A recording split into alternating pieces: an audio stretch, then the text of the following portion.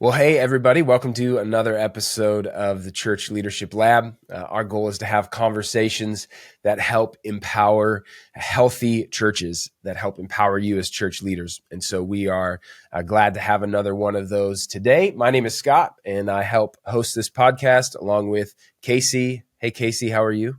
I'm so good, Scott. Excellent. As of today, my college team is still undefeated, so I'm sure I just jinxed that. But life is really good. It cannot get much better than this moment. Because if it goes downhill, right now it's Yeah. great.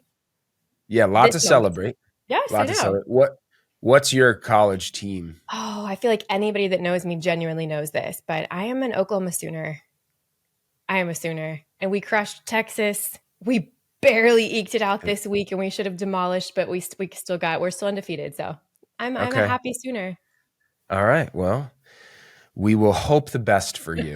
And Fingers crossed. I'm sure we'll screw it up soon. It's fine. yeah, I guess we can always just watch the Sports Center scores, and we'll know if you're having a bad Saturday.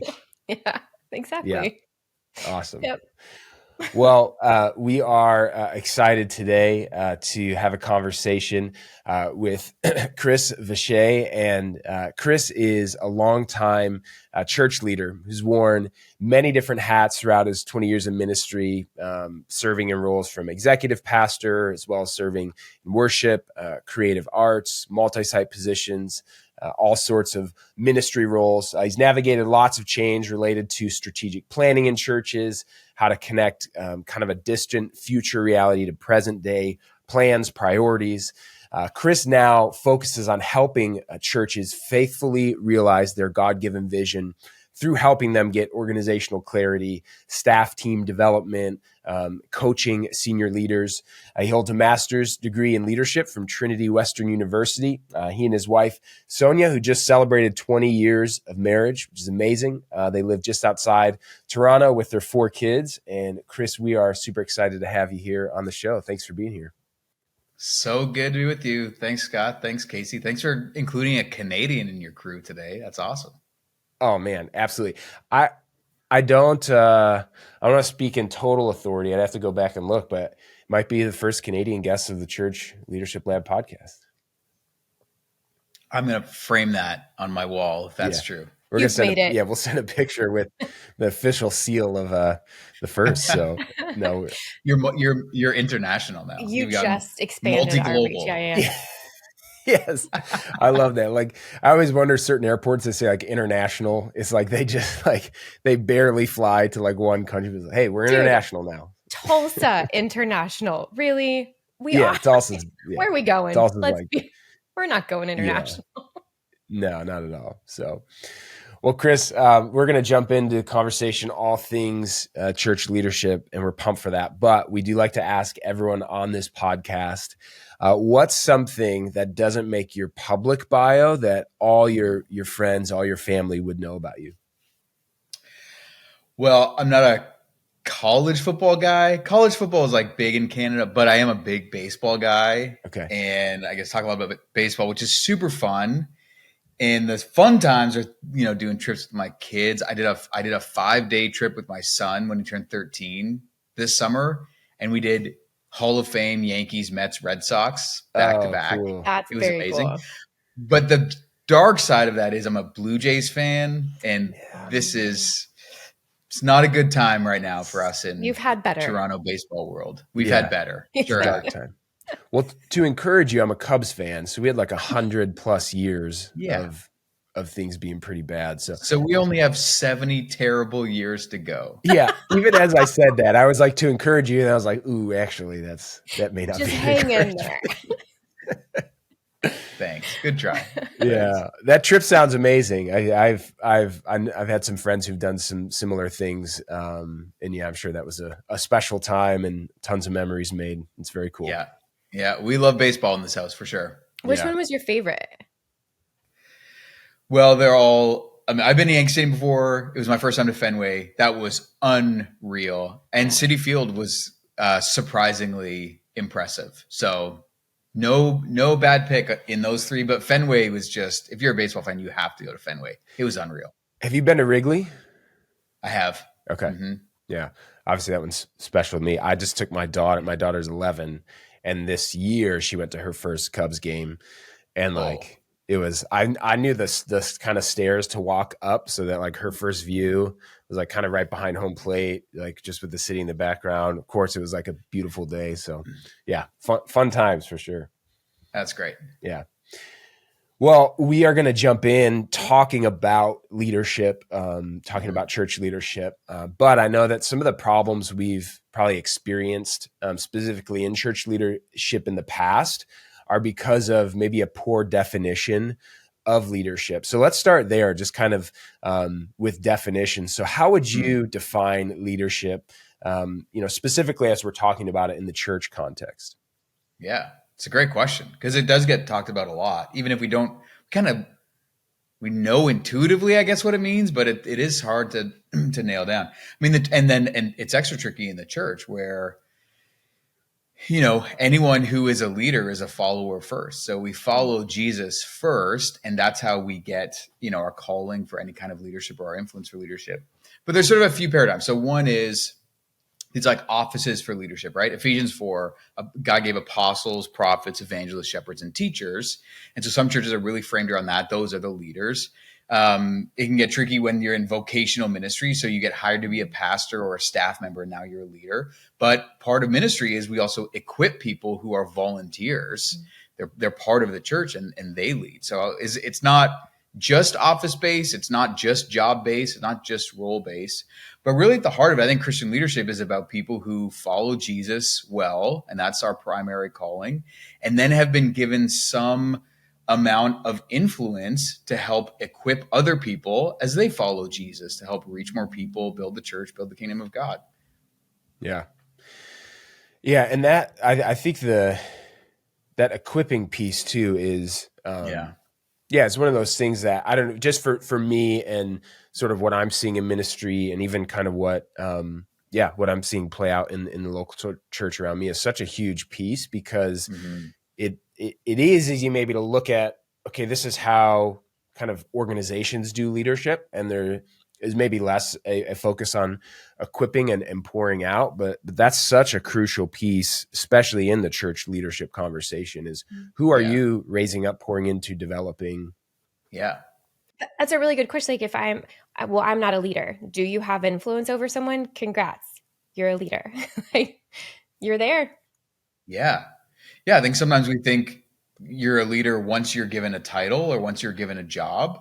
But leader is really about, how do we sort of steward this responsibility to influence others? We've all got some amount of that. Yes, some people have more or less influence. Now, leadership isn't just influence, but I think it does speak to sort of the importance of the character of the leader and developing competencies and capabilities, just being aware of the ripple effect of how we lead as Yeah. much as what we get to lead. Yeah. Yeah. Now, when it comes to looking at the ministry landscape, Chris, I know you work with a lot of churches and you get to see kind of maybe a Mm-hmm. broader view. So when it comes to the ministry landscape right now, what are some of the positives that you're seeing in leadership? Like what's going well?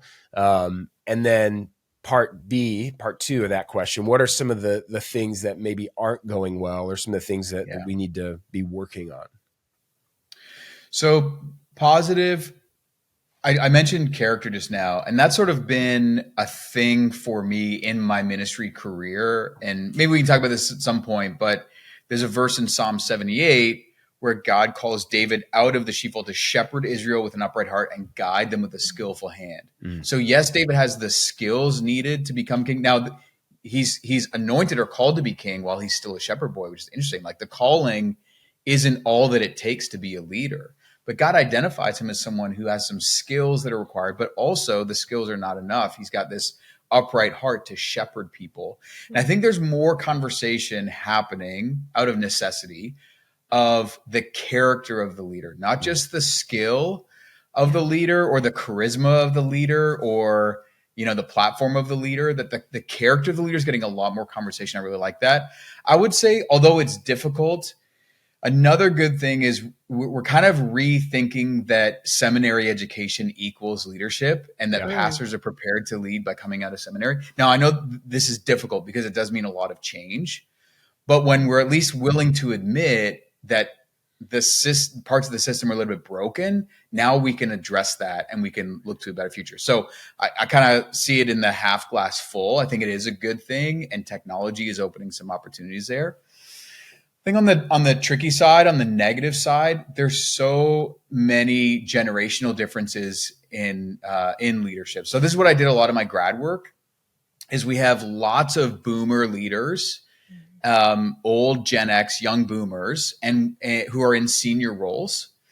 And we have lots of young millennials and Gen Zs. And by the way, Gen Zs are amazing. They're an incredible generation, but they just think of leadership differently. They don't use the same words to mean the same things. Yeah. So we have lots of boomers who are nearing retirement, and those leadership seats need to be filled. And we have lots of really passionate young millennials and Gen Zs who want to lead. But there's conflict in just misunderstanding because those two generations think of leadership really, really different. And so I think we need to address that because there's such a leadership deficit. And actually, just yesterday, I was reminded by my pastor. He was talking to someone. He mentioned this in his sermon, that there's a denomination in Canada in 10 years, for every one qualified pastor, there will be 17 open pastoral opportunities for them. Wow. Right now, I don't know if this is true in the States, but right now in Canada, if you are a competent person who wants to work in church or Christian nonprofit, you have 10 opportunities right now, today. So the leadership deficit is pretty significant. So I think that's something we have to address. I think also maybe sort of coincidental with that is I see in a lot of churches, we sort of assume if we disciple people and we give them leadership responsibility, they'll know how to be a leader. They'll know what leadership means. They'll know how they need now to invest in other people. And so we equate a little bit discipleship with leadership, and those two things are not the same thing. So we really have to invest more in developing leaders, not separated from discipleship. Christian leaders who are not disciples are not leaders. But we can't just assume that discipleship will automatically lead to leadership. So there's a couple of things on both sides to that question. Yeah. I think one thing that is interesting. So you mentioned the skill and the character piece. And I mean, I'm with you. I've seen probably a lot of the same things you have, both in big scale, small scale, of where the character of a leader has gone on to had some ill effects on the organization.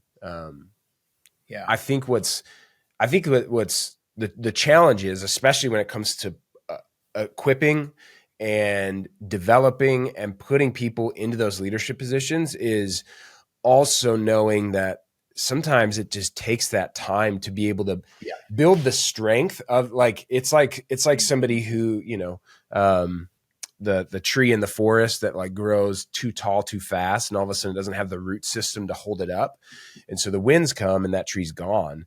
That tension to me is really interesting to navigate between, I'm going to empower you and say run, versus you need more time to build the character to have that responsibility on your shoulders. I'm curious in what you're seeing, how any advice on like, how do you navigate that, think about that? Because it can be challenging. Well, I think the most important thing is to be willing to admit that calling and competency is not enough for Christian leadership. We need character. We need people of character, because you said it, calling and competency will get you a platform that may outstretch your character. The problem is, if a pastor who preaches one bad sermon is probably not getting fired. A pastor who makes one really bad character decision, hopefully they're getting fired, and maybe they should be. Now, that doesn't mean it's a no grace situation, but the collateral damage of bad character extends so far beyond the individual leader. And we see this happening all over, right? So we have people who followed leaders with really significant calling, really great competency, and they did not have the character to sustain it. And it was a catastrophe. They crashed out, and it doesn't just impact them. It impacts their family. It impacts their church. We all know people. Their faith is shipwrecked. Yeah. Now, it's not just because the leader was a bad leader, but I think we have to really pay attention to that. We have to make character part of our leadership conversations. We have to make character part of our leadership decision. We as leaders, as we're equipping and raising up other people, we need to make sure they know, hey, listen, you being able to do the job is not enough. We did this when I was a worship pastor. We did this in our audition process. We would tell people, you know, you're going to audition as a keyboard player, guitar player, whatever. We're going to give you either yes, you're good to join the team, or no, you're not ready to join the team, or not yet. And those answers may come because you don't have the competency at a musical level, but it may also come because we've got some character questions. Mm. And we were willing to say no to great musicians who wanted to join our team because we wanted to see their character grow, partly because we could see the platform that would come through their competency, through their ability. And that's not a no forever. Just like saying no to someone based on talent is not no forever. Right. But I think character is tricky because there's in a sense, there's no test for it other than when it's tested, it's revealed. Mm. So that's like the good and bad news of character is over time, it will reveal itself. But if you're in a leadership environment that's just about calling and competency, and we're never talking about character, well, then when someone does something that reveals bad character, and do they get called on it? Is that not okay? Well, I know other people who have done that and they gotten away with it. Right, and now we're just like super swampy and we're in quicksand on where we go from here. How much of some of this too is maybe the model, the model that we have used, which has sort of been like, let's find the person who has that charisma, who, man, they're so engaging, visionary. And it's sort of like, let's put that person up here and we're all going to kind of follow their lead versus a kind of dispersed, hey, this is the team that's leading you. Because that's what's happened in some of these situations. And you have character that leads to bad decisions, that leads to appropriate consequences. But it was that person who was really leading the charge versus a team of people. I'm just curious if you're seeing some of that at all, like even a shift to more team leadership for multiple reasons outside of if something goes bad, but health, longevity, you know, all of that. Mm-hmm. Yeah, I served on staff for 8 years with a shared senior pastor model. Mm. So I had 2 bosses, which makes things complicated. Yeah. But is also a model that speaks to interdependency. It reminds people that there is no one person that has everything. So I think about Acts 6. So in Acts 6, the church is growing, and then there are these widows who are upset because they're not getting food, right? And the disciples say, well, it wouldn't be right for us to take time away from preaching and praying to take care of these widows, which sounds like a very unchristian thing to do. It sounds very horrible. And so what are we going to do? So what they do is they identify men filled with the Holy Spirit, men of integrity, who should take care of the widows, take care of feeding them, so that these church leaders can focus on preaching and praying. And then in Acts 6, it says, and what happens next? The church grows. Yeah. More people hear the gospel. The word of God spreads.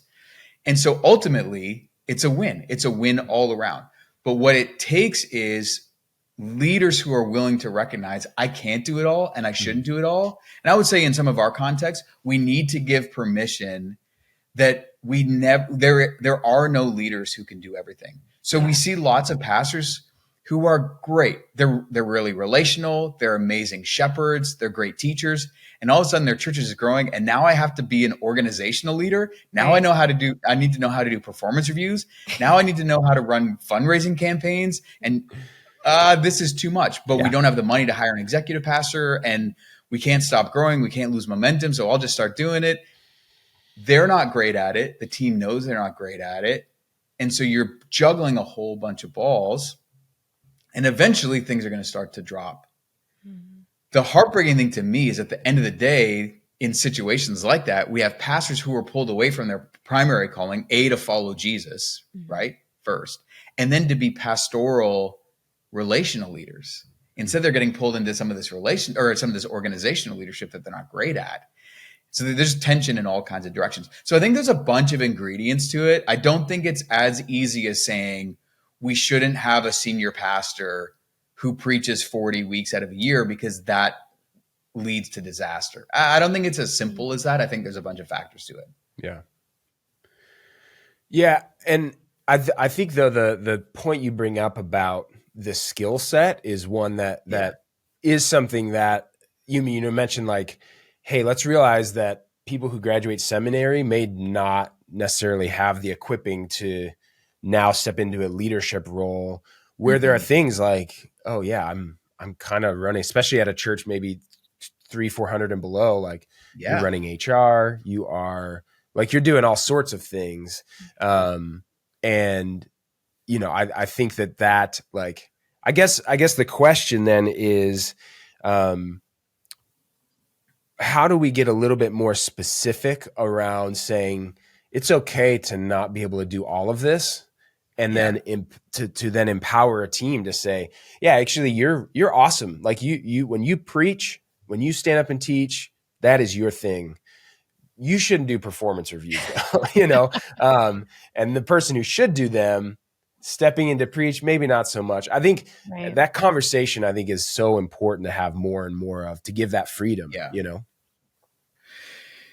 Yeah. So what frameworks and tools are out there? How can we leverage, how can churches leverage people like me and others who would say, listen, I don't preach and I don't want to, and you don't want me on your stage preaching, but I can teach you how to run staff meeting. I can teach you how to do performance reviews. I can show you where the relational issues are happening inside your staff that maybe you don't yet have the courage to address, because if that staff member leaves, that there's a hole in that ministry and we're not sure we can find anyone to fill it. Like, all of these are real internal struggles for pastors in lead situations, right? And I would say then that's another huge piece of it, is pastors have to make sure, church leaders need to make sure they have people in their life that they can talk about this stuff with. So I think a lot of pastors get stuck because they've got people around them who are part of the team and who are very on board. And it feels like those are my friends, and they're not your friends. They're your teammates. They're part of moving this mission forward. And then what happens, we know all kinds of stories like this. It's like pastors have no friends. They have no one who can really have these honest conversations, and they have no one having hard conversations with them. So that's some of what I get to do, is I get to coach senior pastors, executive pastors, and to just be someone, hey, I understand some of what you're going through, but I'm not super invested in the success of all of it. At the end of the day, I want you to succeed so that you can lead your church well into what God's calling you to. So I think there's a few different avenues to explore in how that goes, even if you can't do something like hire an executive pastor to run all of your budget review meetings. Yeah. Well, I'm curious, as you mentioned, like getting to kind of come in and have these conversations. I know work with multiple organizations, churches. What are some of the common denominators that you've seen in churches that actually do a really good job of developing leaders? Yeah. So I think one thing is it starts at the top.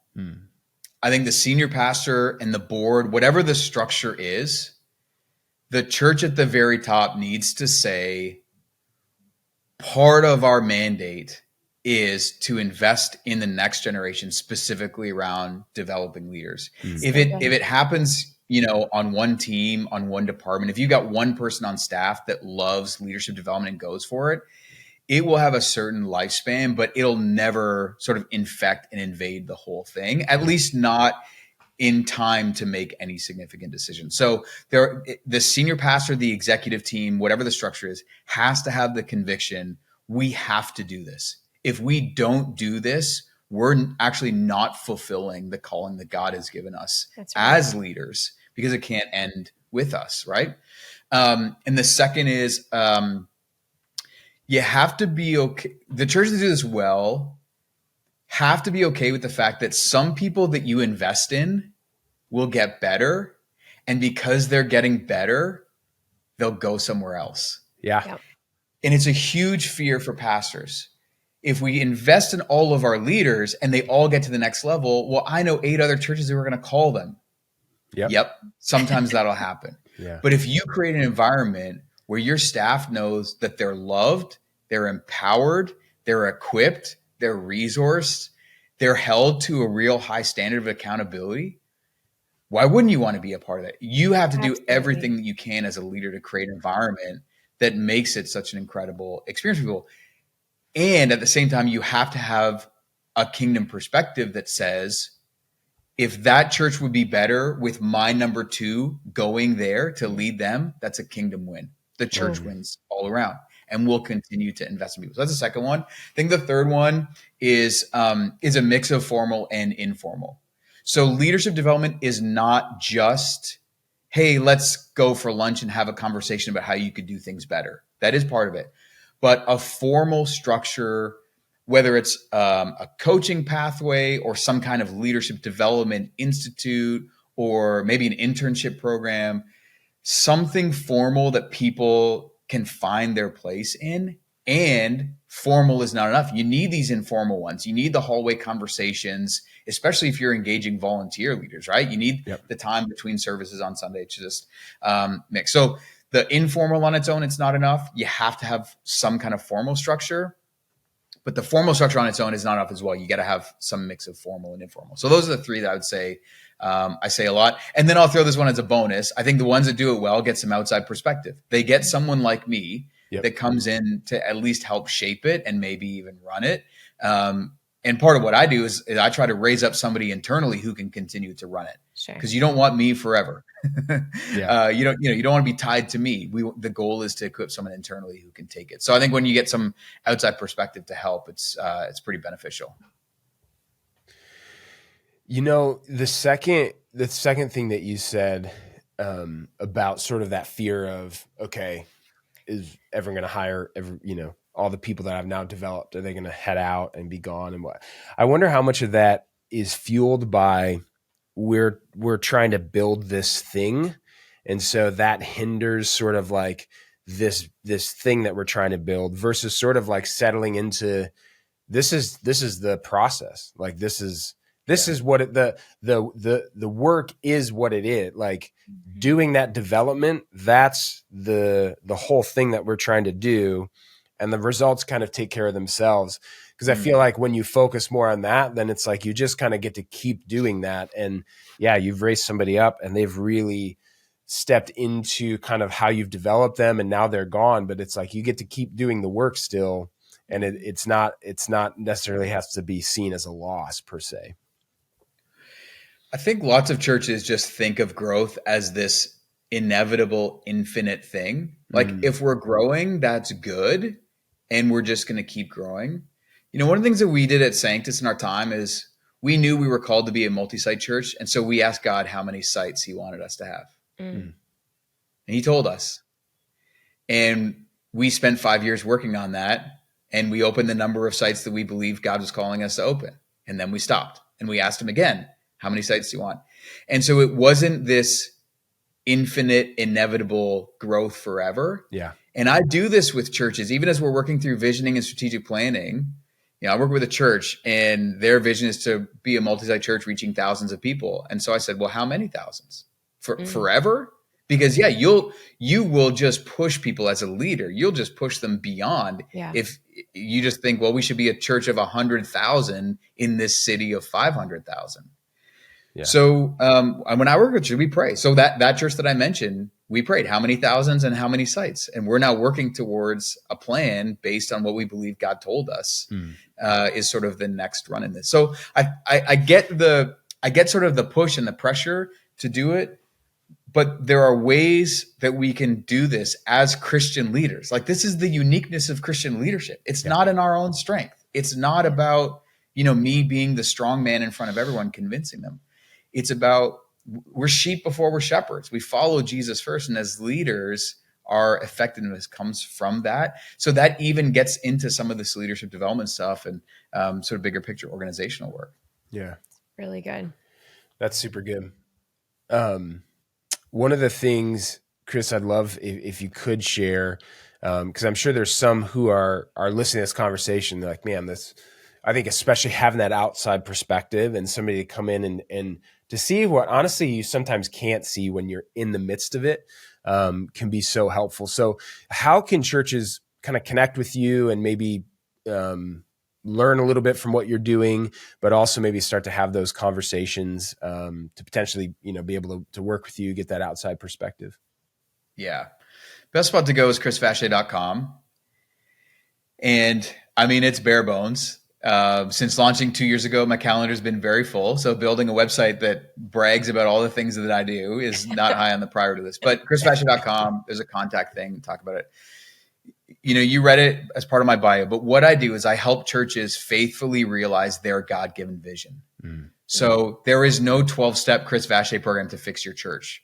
I come in, it's much more descriptive than prescriptive. So come in, conversations, prayer, really exploring, can we diagnose some of what's going on here? And my conviction is, like, whatever God's called you to as a church, you have everything you need to do that. Might not be for forever, but for the next steps, it's already here. So my role is to come in and to help to discover that, and to help engage leaders in working towards that. So I do 3 big things. I do organizational clarity. So sometimes we need a vision statement. We need to build a strategic plan. We need to look at, do we have the right people in the right seats? Are they on the right bus? Those kinds of conversations. I do a lot of staff team development. So through the pandemic, on this side of it, staff teams are tired. There's a lot of conflict. We're not really sure. We're maybe not as aligned as we used to be. Or our team has grown, but the people who've joined the team, they just don't really know how we do what we do. So sometimes that looks like surveys, assessments. I'm certified in a bunch of stuff, and we can do those together. And then I can come in and do workshops and help the team navigate stuff together. And then the third big thing I do is senior leader coaching. So I coach senior pastors, executive pastors, and sometimes board chairs, not on the governance side, but on the leadership side. How do we work together as board and staff to sort of stay out of the way of the growth that God is doing here? So the beauty of me being, I'm a couple years into this, pretty nimble. I'm still able to sort of adapt what I do to what is needed on the ground with the church, whether it's here in Canada, in the States. I work with churches in all kinds of different places in all kinds of ways. It's awesome. Well, we're going to certainly link to that for people to be able to connect with you. But one of the questions that we ask everybody on this show, again, our goal is conversations that empower healthy churches. So for you, what is one essential component of a healthy church? Yeah. I mean, I'll go back to character because it's such a hallmark of what I do. And I think it's a leader who understands we're sheep before we're shepherds. Mm-hmm. A mentor of mine has driven that into me for years and years, partly because I need to hear it. I need to be reminded that I'm a follower of Jesus first before I'm a leader of his people. But he's called me to lead his people as well. But if I get those out of order, so when you have a pastor who sees themselves as sheep before shepherd, now we can start to grow health in all kinds of different places. Yeah. Very cool. All right. We have a little section on the show, our closing section we call the final 5. It's kind of rapid fire. We're going to jump into that if we could. The first one is one book that you'd recommend to church leaders. The highly detailed history of hockey from 17. No, I'm joking. That's Canadians have to say that. I played hockey, so that's right in my alley. You want that book? Currently bio of every Hall of Fame. Enjoying Connor Bedard on the Blackhawks myself. So the book that I recommend right now more than any other is Canoeing the Mountains by Todd Bolsinger. He's at a Fuller Seminary in California. And it's a book all about adaptive leadership. So the story of guys who I think they're going the Mississippi River thinking they were going to get to the Pacific. And all of a sudden we have the Rocky Mountains. What do we do now? Mm-hmm. So take that to culture today in church leadership. Canoeing the Mountains by Todd Bolsinger. That's good. Chris, what's the last thing that you listened to?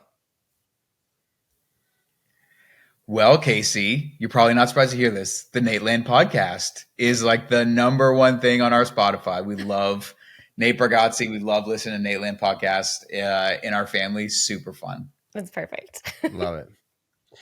What is your favorite piece of technology outside of your phone?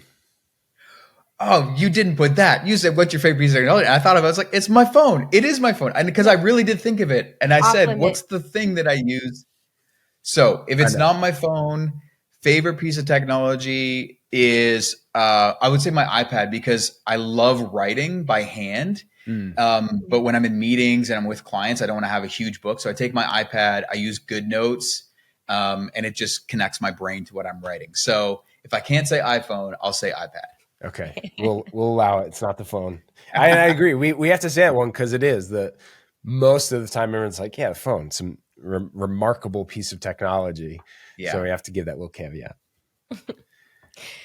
Chris, what is a quote or piece of wisdom or advice that has just really stuck with you throughout the years?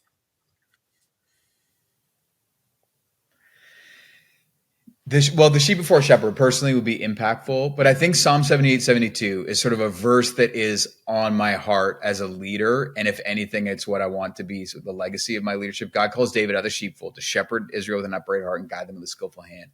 And so continuing to grow in skill and continuing to grow in character and raising up leaders who do the same. Love it.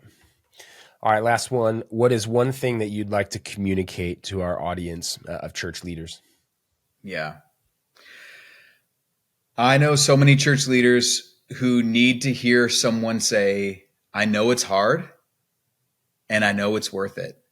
And there's so much changing all around us in the church and in culture. It's hard. It's not easy and it's not what it used to be, but it's worth it. The church is amazing. And when we get it right with God's help, there's nothing like it in the whole world. And so I want nothing more for church leaders who believe in the core of who they are, that it's worth it and we can get through the hard. Because ultimately it's not about our ease and our comfort and our satisfaction, but we also hope we can make it better. We can make it better for the next generation, for those who are coming behind us. So that that's the thing that I would want people to hear and to be reminded of. It's hard, but it's worth it. Yeah. I love that. Well, that's a really good note, I think, to end on. Chris, we thank you so much for your time, the wisdom that you shared, and just how you are serving churches in a really needed area, which is to grow overall in leadership, but certainly to get that clarity as an organization for staff team to grow healthy, to coach senior leaders. And so we're going to encourage everybody to connect with you, to follow along, to learn, and to even perhaps have a conversation with you. Thank you to those of you listening, watching this. We are grateful for you. Our goal is that this would be helpful and that this would help you as you seek to lead your people and serve your church. And so if it was, we'd love to hear from you. Leave a comment, a review, share with somebody, like, subscribe, do all the things. We're grateful for you, and we're grateful to bring you more conversations with the goal of empowering healthy churches. So thanks for your time today, and we will talk with you soon. This episode of the Church Leadership Lab podcast is brought to you by Ministry Brands, the largest provider of church technology software. Over 90,000 churches rely on Ministry Brands for their single platform solution that brings together all the digital tools a church needs. From online giving to websites to church management software and more, Ministry Brands is leading the way in simple to use, innovative solutions, all with the goal of empowering healthy churches. To learn more, visit ministrybrands.com.